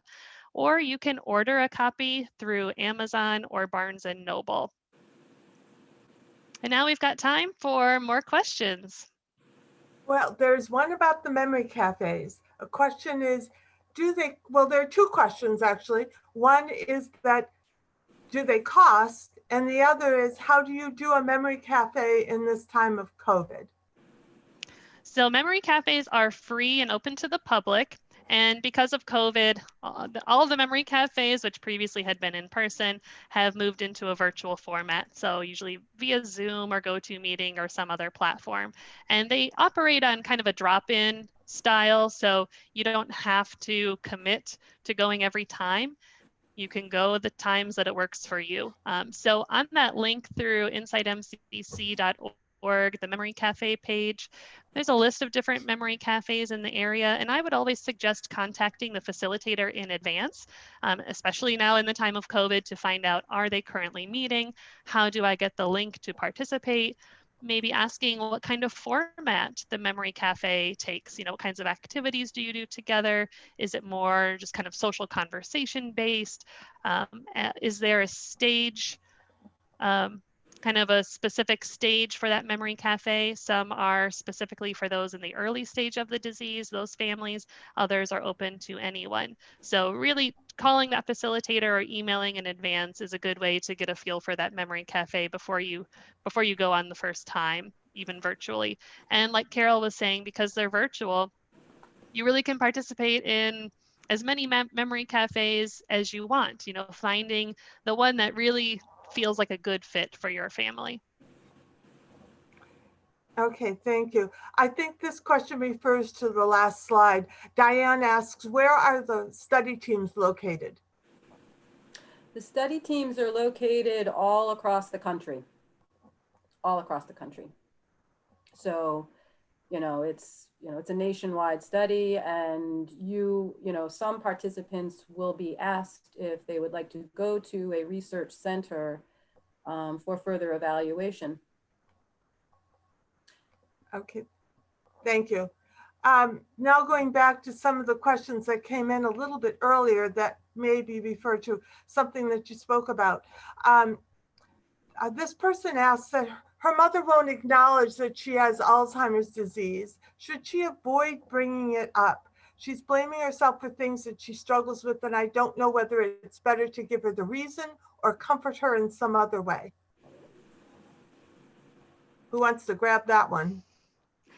So I would say that I wouldn't pressure or expect someone to accept or understand the diagnosis. So I wouldn't, if you've brought it up and that person really isn't grabbing onto that information or retaining it or accepting it, I wouldn't bring up those words again. I would just try to kind of work around the elephant in the room, you know, to create an environment or to do whatever you need to do to help your mom feel good about herself, knowing that you are going to have to provide some type of support or, you know, some kind of assistance on the back end. But if it seems like it's upsetting, you know, to bring that up with her, I would just kind of work around it. But what do my colleagues on the panel think? I agree with you, Lindsey. I think that it's important in our practice. We think it's important to discuss the diagnosis, but in many cases, if it's very disturbing, you don't need to keep hammering it in. It's reassurance, so, you don't have to call it dementia, but we understand, but mom, you do have memory problems. And so let's think about, what the things that you're doing to address that. Things like that. So you want to reassure people. You don't need to keep hammering it in. I agree, right. And at some point, people can get to the point where they say, I just don't know what it is. And we can say, well, would you like to go to a doctor just to rule out whatever and see what it is? And sometimes they get to the point where they say, yes, I really want to know. You might want to have to wait till that point. Okay, thank you. This is also a question that came in a little bit earlier. Once you suspect that memory loss is not normal aging and are referred to a neurologist, what are the next steps? Is the next step an MRI or a more extensive cognitive assessment? Bridget, do you want to address that one? Sure. Really good question. So in an evaluation, I think one of the most important aspects of it is a thorough history. And so the provider is going to be asking sort of like what I call the ABCs, not necessarily in that order, but the A is activity. So remember, differentiating between MCI and mild Alzheimer's disease, have the problems led to the person not being able to do something they were once able to do? B is behaviors. What is happening with their behaviors? What's their sleep? What's their appetite? Are they depressed? And so on. And C, of course, is cognition. So you want to know what aspects of their memory or thinking have changed. You're always measuring off of what is a new symptom, a change from the way they once were. Then there's a physical exam, a complete physical exam. Most of a physical exam is often normal in the case of Alzheimer's disease, but you want to do a physical exam to make sure that you're looking at other conditions that may be occurring. An MRI of the brain is very commonly ordered as part of the evaluation. Again, not because the MRI shows us pathology directly of Alzheimer's disease, but we need to make sure that there isn't something else that's happening or going on. Oftentimes we'll refer people for neuropsychological testing, which is a complex battery of testing taken over several hours, done by neuropsychologists, that also is not diagnostic, but it really gives us a very solid objective measure of areas of thinking that may be impacted. And of course, you want to look at other aspects of the people's medical history and the medications that they're taking. So that is what those things are all certainly what a neurologist is likely to do. And in many cases, primary care physicians, when you think about it across the country, there are vast areas that don't have access to neurologists at all. So in many cases, primary care physicians are also managing. And again, arguably, one thing that we're trying to find positives out of COVID, the ability for practitioners to do virtual evaluations, I think will be a tool that we'll continue to use for a long time to come.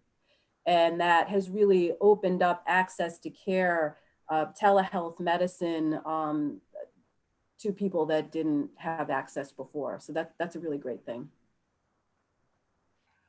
Okay, do you happen to know if Medicare pays for a dementia evaluation? Yes. Mm-hmm. Okay, good. Medicare, yes. Quick answer for that one. Then there's been a couple of questions with people concerned that if one of their parents has Alzheimer's disease, do they need to worry about themselves? And I think we all think about that question. Yeah, so that's a good question. We're learning more and more about genetics. There is one genetic marker that we know the most about. Now, these genetic tests are typically not covered by insurance and not classically part of an evaluation, but could be done. The genetic marker that we know the most about is something called apolipoprotein E. Comes in 3 forms, 2, 3, and 4. It's the 4 form that's associated with increased risk of the development of Alzheimer's disease. And you get 1 copy from each of your parents. So that's something that can be, again, not diagnostic, because not everybody who has ApoE4 1 or 2 copies, it doesn't mean you're going to go on to develop Alzheimer's disease, but it can be helpful if you're wondering between different types of dementia and also with new medications that hopefully are on the near horizon. People may respond differently to medications based on their ApoE genotype. And interestingly, you can get your, through 23andMe, so, everybody can do that. That will also give you that genetic marker if you're interested in knowing. But it's not universal that some people are interested in knowing and others not. But we're going to be learning more and more as time goes on. Lots of exciting research going on. There are several more questions, and I hope we can take the time to answer some of these. There's one question about a person who has someone in independent living, and what are the signs they should be watching for whether or not that person needs to move to assisted living? Well, some of the things that I would watch for is how well they're doing in independent living. Sort of what's the expectation that they'll be able to recognize when it's a mealtime and find their way to the dining room, maybe be able to clean their apartment on their own, grocery shop, participate in activities, and of course, personal care. And if you're noticing that any of these kinds of areas are starting to present some challenges, that may be time to consider assisted living. When someone needs medication management, when someone needs someone to kind of stop in and remind them it's time to head down for breakfast now, or for lunch, or for dinner, when someone needs more direction with activities, when more personal care is needed, if someone needs assistance in the shower or with getting ready in the morning. These are some of the times when you would consider moving to assisted living. Now, one thing I would also share, since we're talking about assisted living, is if your loved one has a diagnosis of some type of dementia, like Alzheimer's or another form, I would suggest, if you're looking at assisted living, look for an assisted living that also has a memory care component, a memory care neighborhood or a unit, with the anticipation that at some point as their disease progresses, general assisted living may not be able to accommodate all of the needs at that time, and a smoother transition into that memory care neighborhood may be better than physically moving from one assisted living on this street corner to that memory care, a few miles down the road. Okay, thank you.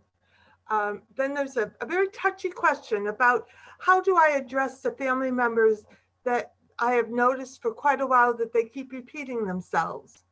They don't want to hurt their feelings, but apparently there's a history of dementia and Alzheimer's in the family. Should that person say something, and how? So this is an area I think already as the person writes the question, I sense that compassion that's there, that I want to be sensitive to my loved one. I don't want to hurt them or embarrass them.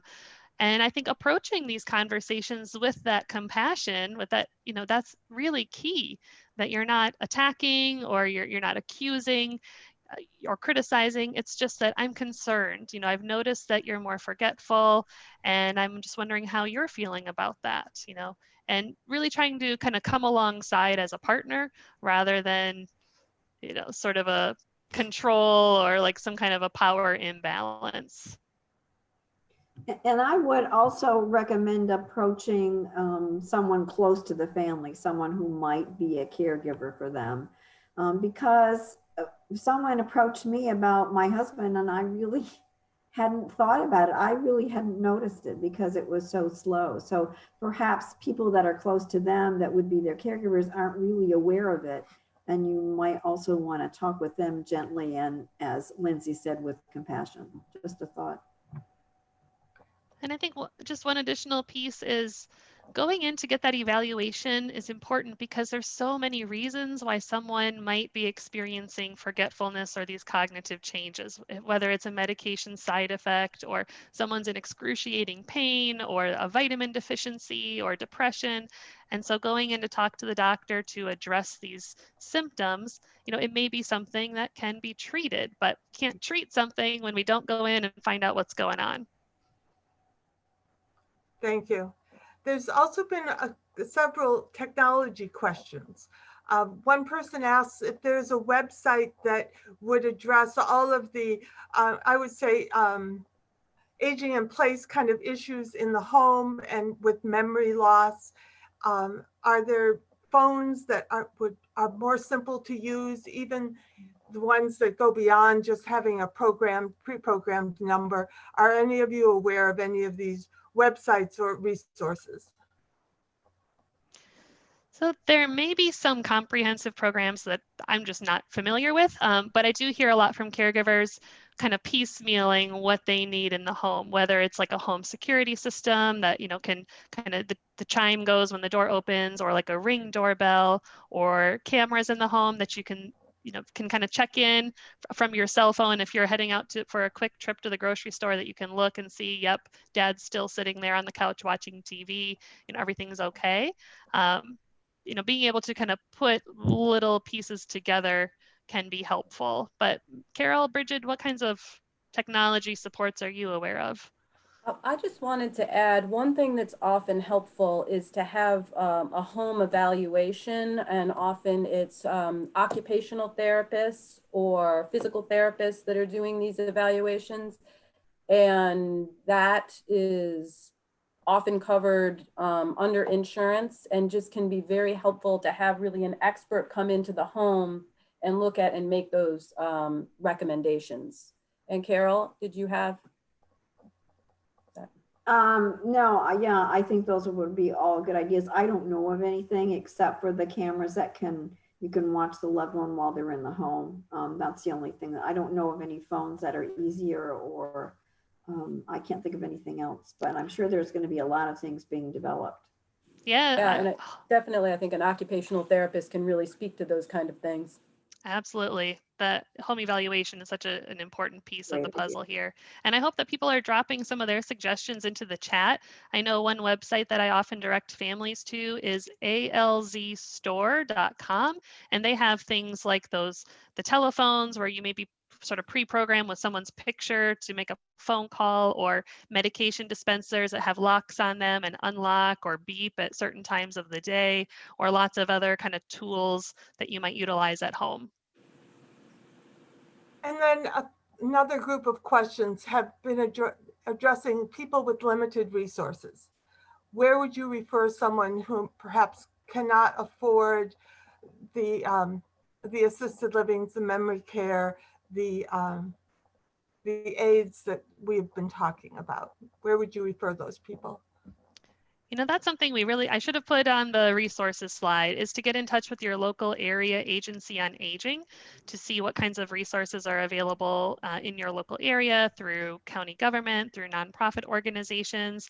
Are there means tested kinds of programs? Like I know here in Fairfax County, there is a respite program that is accessible based on income and a few qualifications that, you know, is something that people can tap into that they just may not know about. There may be programs that have scholarships or financial assistance for those who are in need. So really just starting out with that phone call, learning about the resources in your area, starting to ask questions, I think you'll discover that there are a variety of resources available to you. I agree.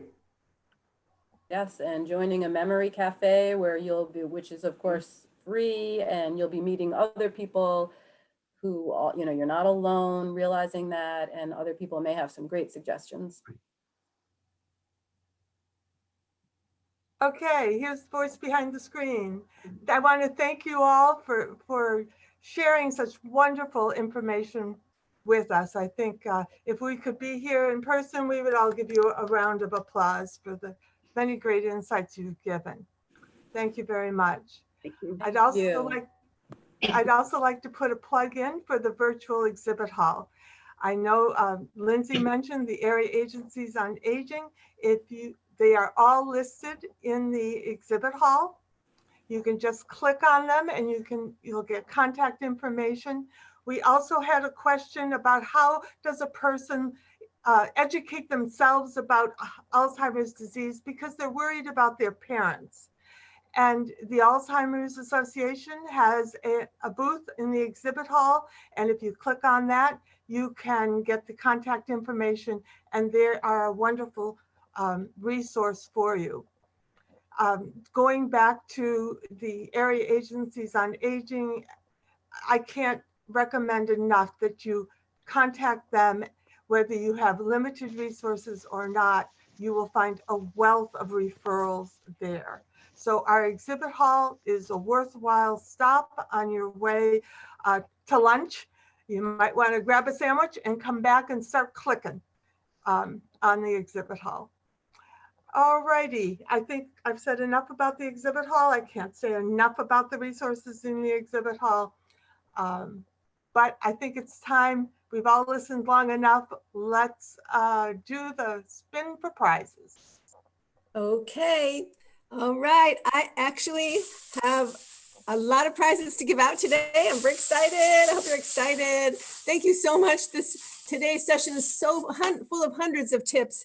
And if you didn't get a chance to make note of all of them, you can find a lot of them in a giveaway that we're doing. We're doing 2 giveaways today for the Caregiver at a Glance, the guidebook from Insight Memory Care Center, which is our day center in Fairfax that does so many programs for people with dementia. It's wonderful. So we're going to give away, Steve's spinning the wheel. We're going to give away our first Caregiver at a Glance book to Barbara.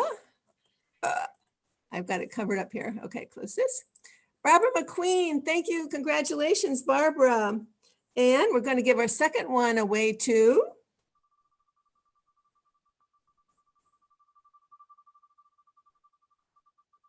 who will it be? Keep your fingers crossed. Diane Julius, okay. All right, then we have two more prizes to give away today. One is a book that was written by our speaker yesterday, earlier this week, Governor Schreiber, My Two Elaines, and it's a wonderful book. And the winner is Jenny Struck. Okay. I think we'll give away two My Two Elaine books today. The second one will go to Carol Skis. Okay, congratulations, Carol. And I have one more prize, and this is a prize of 3 books, a 3-book funny book combination for the winner. And this is from Ron Culberson. If you come back tomorrow, you'll hear a national humorist wrap up all week for us. Ron Culberson's book set is going to go to Jeffrey Blake. Congratulations, Jeffrey. Yay! All right. Thank you. Right. Thanks so much, Pat. Congratulations to all of those winners. I hope you enjoy the books when they come to you. And as we wrap up our 4th day in this week-long conference, I want to remind you about tomorrow's program, our final program of the week, The Presence of Mind to Grow with the Flow, Making the Most of Every Situation. Our presenter will be speaker, author, and humorist Ron Culberson. His funny presentation will show us how to make the most of each situation to be more fulfilled, connect with others more effectively, and make life and work more enjoyable. We have a final poll coming up.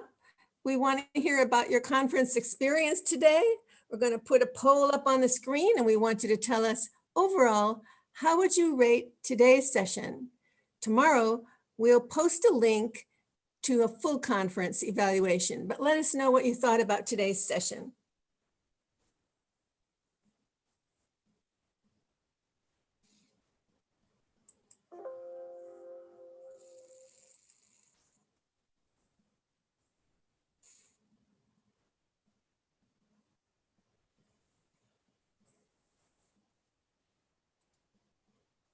Thank you, thank you, thank you. All right, thanks to everyone for joining us for day 4 of the Caregivers Conference. We look forward to seeing you all back here tomorrow at 10 a.m. for our final session. So everyone have a great rest of your day.